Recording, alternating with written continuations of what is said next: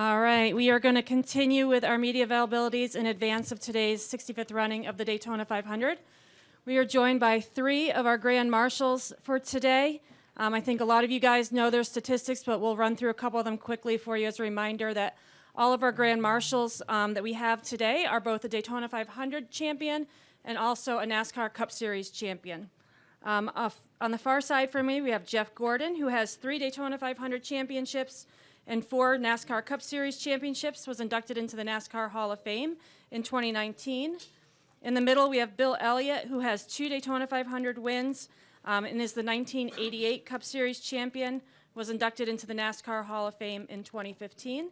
And then closest to me, we have Dale Jarrett, who has 3 Daytona 500 victories and won the 1999 Cup Series title and was a 2014 NASCAR Hall of Fame inductee. Gentlemen, I just have a quick question for each of the three of you. We can go down the line. Start with you, Dale. Just what does it mean to be a part of this Grand Marshal group today for the 75th anniversary of NASCAR? Pretty incredible. You know, I had really never looked back and thought about the drivers and the group that may have done both. And as the call came about this opportunity, I started looking at that and realizing just what a select group that we're involved in here. I mean, you think about all the drivers that have come through this sport through the years, and you have some that won this race, and then you have others that just won a championship, but to put the two together, very humbling, and just glad to be here and part of it today. Awesome. Yeah, me as well. You know, to be here with these guys is very special, very rewarding. Looking back on all the years, you know, seeing a lot of familiar faces in the audience and or out here, and a lot of unfamiliar faces. But you know, things have changed. Sports changed a lot, but still, we still bring the fans back to the stands, and that's the most important part. Yeah, I mean, first of all, I just look at these two guys. My very first Daytona 500, I got to race with Bill in the duels, and then all day in the 500, and then at the end of that race, you raced too good at part of that 500. Yeah, well, you're supposed to pass in the grass. There was no rules. There was no rules. And then with Dale, you know, it was just this incredible battle to see him make the smart moves. He had a good car, but he made the best decisions that day, because I thought I needed to stick with the other Dale, and that was my best bet, and he outdid all of us. So, you know, just those kinds of memories of racing with these guys, especially here at Daytona, and learning from them. And then, you know, I came into the sport with not a lot of history knowledge of the sport, because I came from open wheel racing and dirt track racing. And so I was on this steep climb, but today, you know, being 51 and being a part of the sport as much as I have, I just have this greater appreciation and eagerness to dive into the history of Hendrick Motorsports, of past drivers that set the stage for guys like me to be able to come in and thrive, and also, you know, Hendrick Motorsports, because we're closing in on 40 years at Hendrick next year. So this is a real honor for me. All right, we're going to open up to questions. We're going to start with Jordan, then we'll go to Zach. Jordan Bianchi, The Athletic. This is for all three of you. You guys are all multi-time champions of this race. Denny Hamlin, another multi-time Daytona 500 champion, is in this race. I'm curious, from your observation, what makes Denny so good in these races that he's won 3 of them? Who?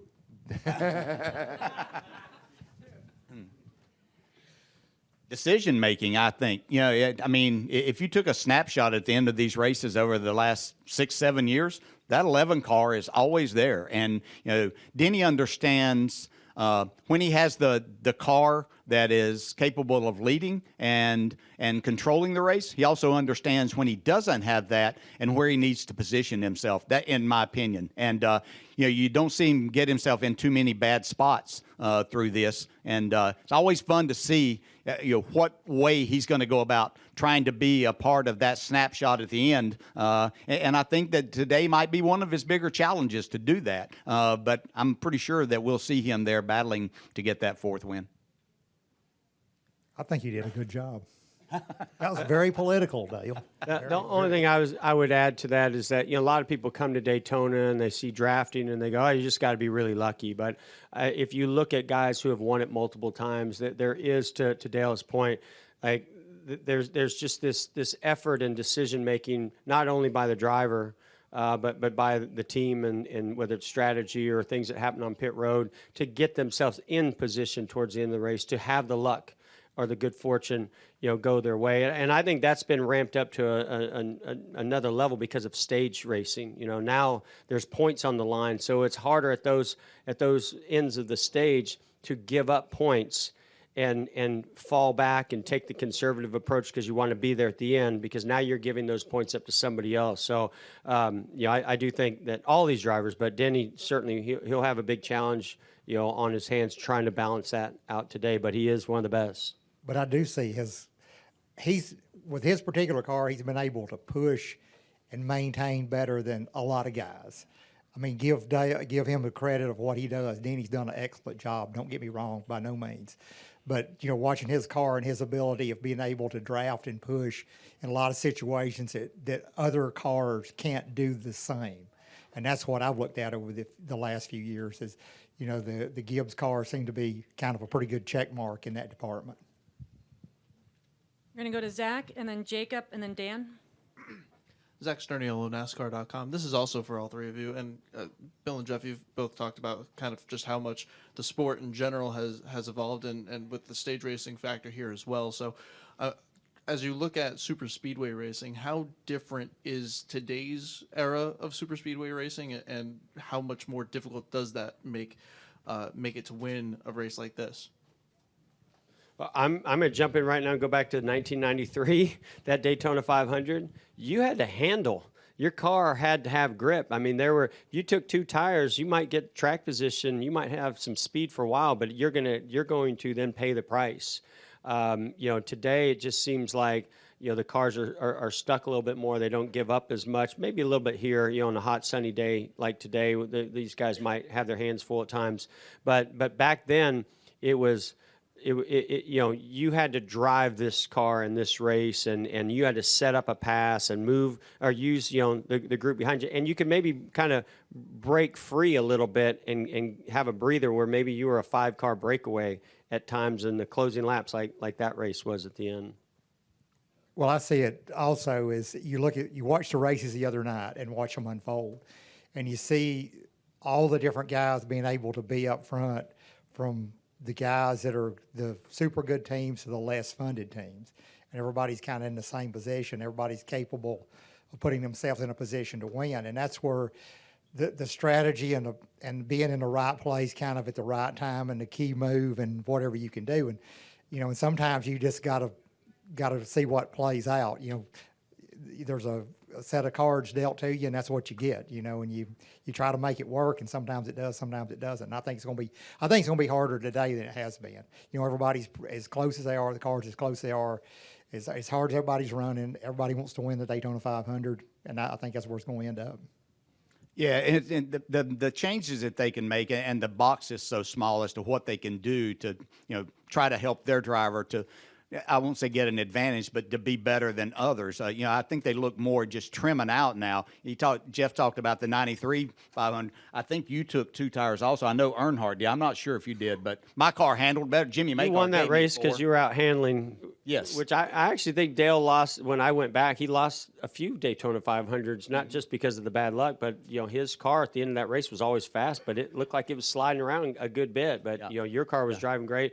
Mine was maybe driving as good as him. I just wasn't prepared to know what to do with it. I think you did pretty good. But now it's just so different. I mean, the cars are in a pack. It looks like it's very, very difficult. You always had to figure, where could I be lined up in the last 10 laps of this race? How far can I go forward? And I think now that, you really look at it, if things line up, then fifth is about as far back as you can think you might win it. I can remember sitting back 10th or 12th in this race, knowing what my car was capable of and being able to do that without a lot of help. You always needed some help, but they can't do that now. And, we talked about stage racing. I understand points are valuable anywhere and everywhere that you can get them, but as a driver, in my mind, today would be the last thing I'd be thinking about. I'm taking no chances. This is about that trophy right there, nothing else. When you have that, you see the opportunities that you get to be an old guy and come up here and people actually listen to what you might say. I'm going to bring Dale into my next crew chief and driver meeting. so he could give that exact same speech. Yeah, why are you doing that anyway? Oh, God, here we go. Don't get Bill fired up. We're going to go to Jacob and then Dan. Jacob Seelman, 77 Sports Media, kickingthetires.net. I guess for all three of you, Jeff and Bill, you can probably start this off, and then DJ, if you've got some perspective maybe from your dad's viewpoints, you can chime in as well. All three of you either are personally experiencing it or have a family member that's experienced, kind of the feeling of watching somebody else that you care about or have a vested interest in try to win this race. How is the intensity of being in a position where you're not in control of the outcome different than when the three of you were behind the wheel, more in control of your own destiny in this race?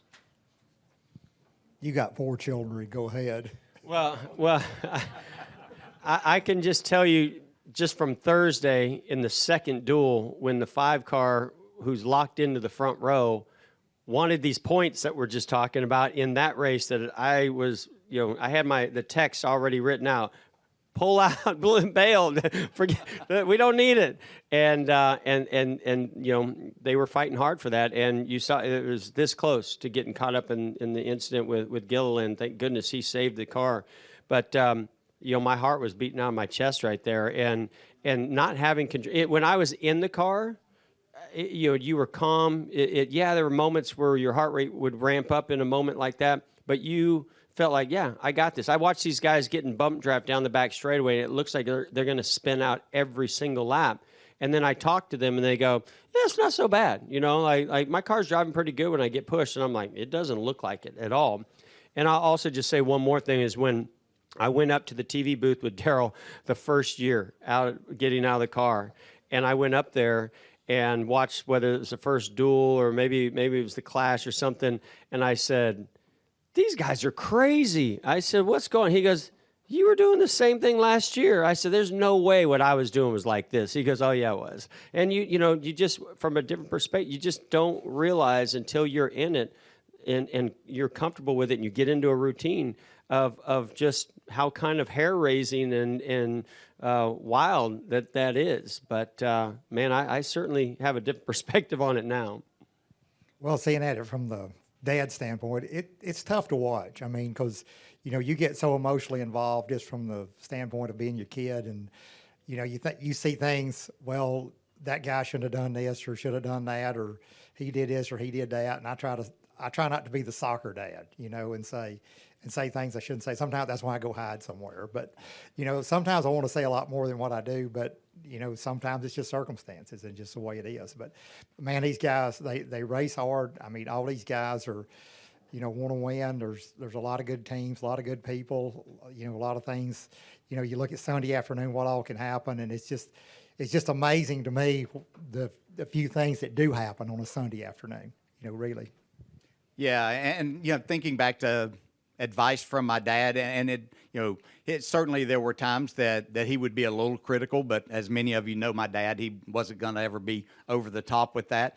He's just like, figure it out on your own. You're the one that's sitting there. You have to go get the job done. I can turn it over. Obviously, I had a son, Jason, that drove, never drove in the Daytona 500, so not to that point. But I realized that you want to help as much as you can, but it's you can tell somebody how to drive a race car and what to do, but until you're there in that moment, you really don't think about all of those things at that particular time. I have the same thing with my son, Zach, in baseball, trying to make it to that top level. Making it to AAA is one thing, but then taking that next step. And you want to be able to help him, like, why did you swing at that breaking ball? Obviously, you weren't going to hit it, but, that's easy for me to say, hard whenever he's out there doing it. So difficult thing to be a parent watching this. I'm going to go to Dan, Matt, and then Chris. Thanks. This question is for Jeff. Jeff, what do you see are the 1 or 2 biggest challenges facing NASCAR into the future? Geez, just hit me with the biggest one right there. I thought we were keeping this a little light. Well, I mean, obviously, you always want to grow the sport and you want to grow the fan base. So I think it's just that balance. If I'm thinking right now, it's just find that balance between our core fans and the fans that, you know, have been a part of this sport through generations of passing it down to kids and grandkids who are passionate about this sport, love this sport, as well as opening up the doors to young new fans and you know, more diverse fans. And I think that you got to always think about how we're going to grow the sport and appeal to more people and have a broader audience. But at the same time, we're here today, and I'm more excited about how big today is going to be right now because we got a sold-out race. The infield is more packed than I've ever seen. Coming off the Super Bowl, Fox doing the Super Bowl, that's going to transfer over to more viewership today. Beautiful day. So I would say right now, as I stand here today, everything is right. Everything feels really good. We'll see you in 4 or 5 hours. So. Yeah. Could change. Subjects to change. It's Daytona. There's no doubt something's going to change. We're going to go to Matt and then Chris.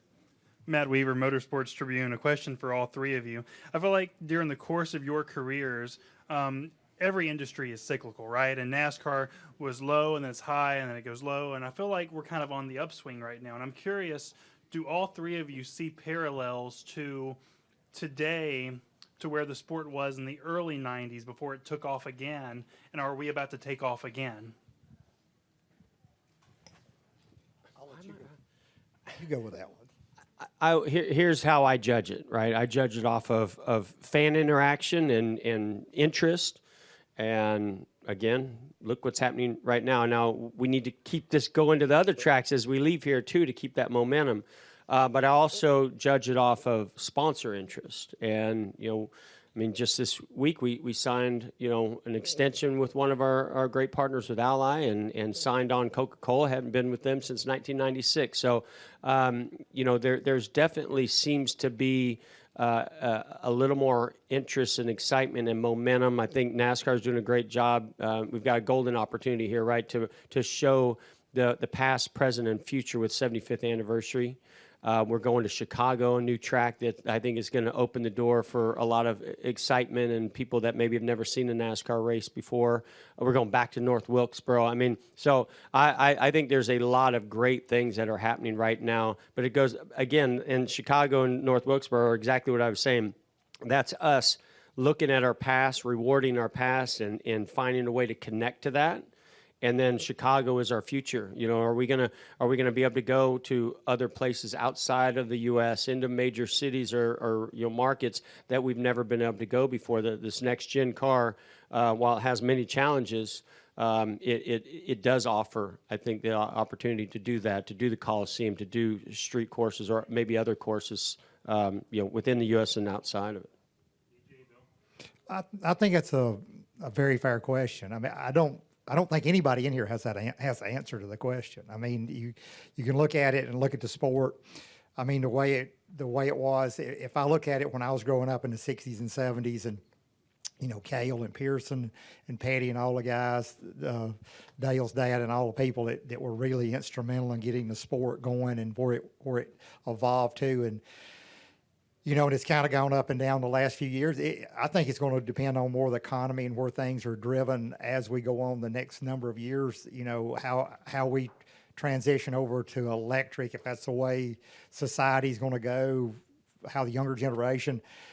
You know, I just wish there was a better parallel over some of the grassroots fans being able to transition into this era, because a lot that I hear from my old fan group is like, some of this stuff they don't understand, like the stage race and a lot of that stuff. They just want to see a race, period. You know, and that's, I think some of that fan base you lose is hard to get back, because they're the ones, you know, when I drove into Rockham and Darlington, that were sleeping on hood of their cars in the rain to watch a race.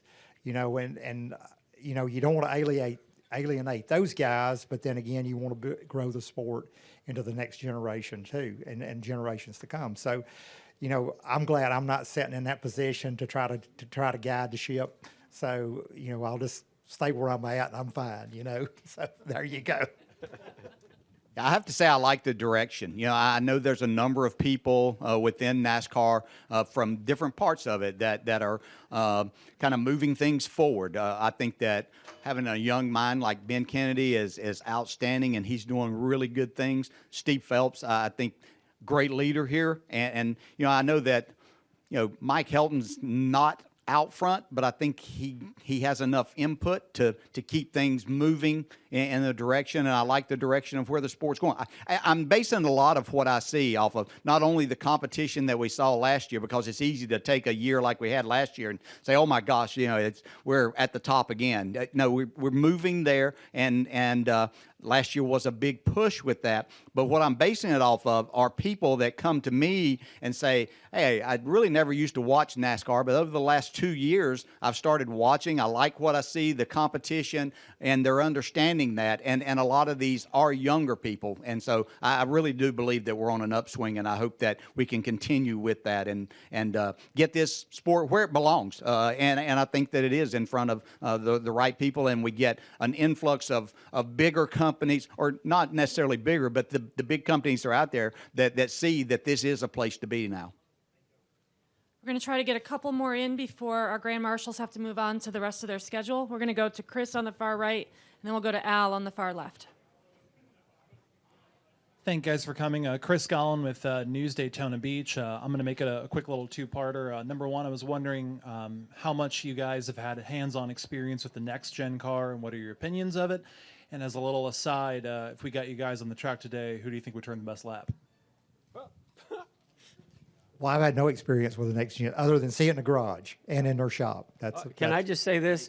If you put the three of us in a next-gen car, we'd all run the same speed. I mean, you're going to hold it just wide open here. Now, you take it to a road course or something.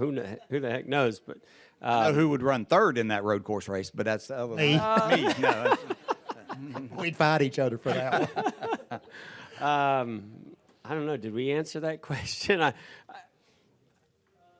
Not really. We don't have. I mean, I know you see the car a lot. I've not been in one. Yeah. I talk to drivers about it. The differences in driving.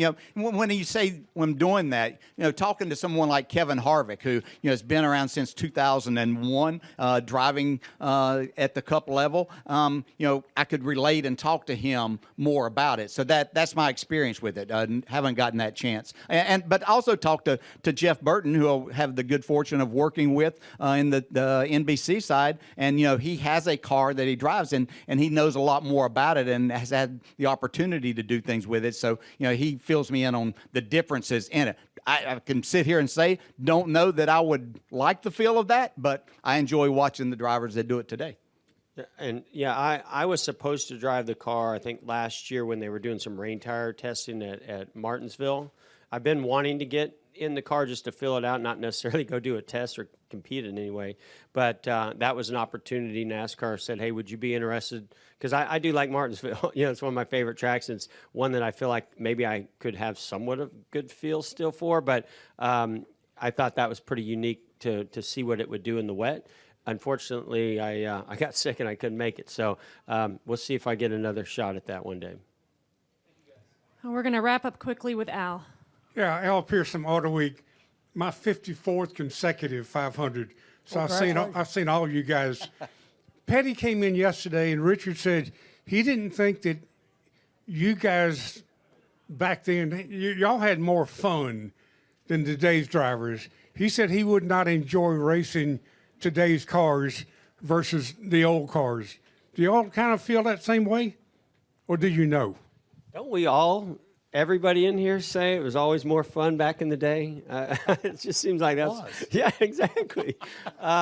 Here's what I know and just from what I see, interacting with the teams at Hendrick.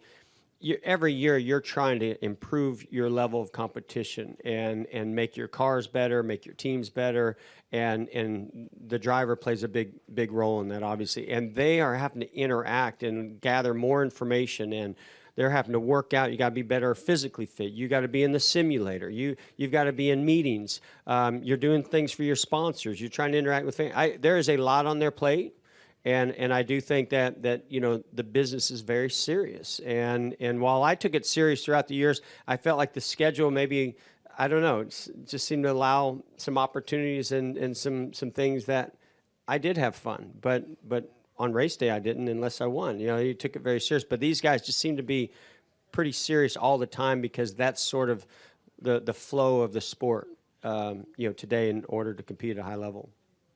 Yeah, I'll just say I had fun. So I don't know how much fun they're having, but I had a great time. I got to drive a car and compete at the highest level, and that was great fun, and compete against people that like this that are great champions. And still be friends with most of the time. I enjoyed that part of it. It's just such a totally different world. Jeff was talking about a simulator. If that's how I would have had to learn to drive a race car, I'm not sure how good I would have been. But then I think back to 1999. There was a month that, in a 30-day period, I was in a race car 28 of 30 days, and that's a lot of time in the car. But that's the only way that I thought that I could become better and make everything better for my race team. So I had fun. So I hope that they're having some fun out here. I'm with Dale in the simulator department. I'd never make it. It'd be tough this day and time. But I just think that I really think we had a great time back at the point. You look back at the days and the era. I think kind of looking back at my career, the worst 6 years was trying to own my own deal. But then when I came back with Ray Abraham, I think that was the best thing ever happened to me. So, it was fun, had a great time, and enjoyed every minute of it. There's time for fun later in retirement, like I'm having all this fun right now. Yeah, why are you doing this, Jeff? I had no idea. Who's making you do this? For some reason, I actually want to do it. I don't know how it came to this, but for some reason, I'm like, I have a desk job. I'm behind a computer. I meet with sponsors. I'm running here, running there, and I love it. I don't know. Hey, listen, I will tell you this. I had no idea how much fun was happening out in the infield till I retired. Was that the gas fumes or the walls you hit? Yeah, maybe. All right, gentlemen, thanks for Thank you. joining us. If Can I we can take just- 1 second? My mom, as many of you know, passed away 2 weeks ago today. But my dad, this is from my dad. Just saying thank you. Many of you reached out to myself, trying to get in touch with my dad, which is hard to do. I have a hard time getting in touch with my dad. But to all of you that reached out, your prayers, your thoughts. My dad is doing pretty well, but we had my mom for 91 wonderful years, and she lived a great life, and we're going to miss her. But my dad just wanted me to say thank you to all of you for reaching out and everything that you said. So thank you.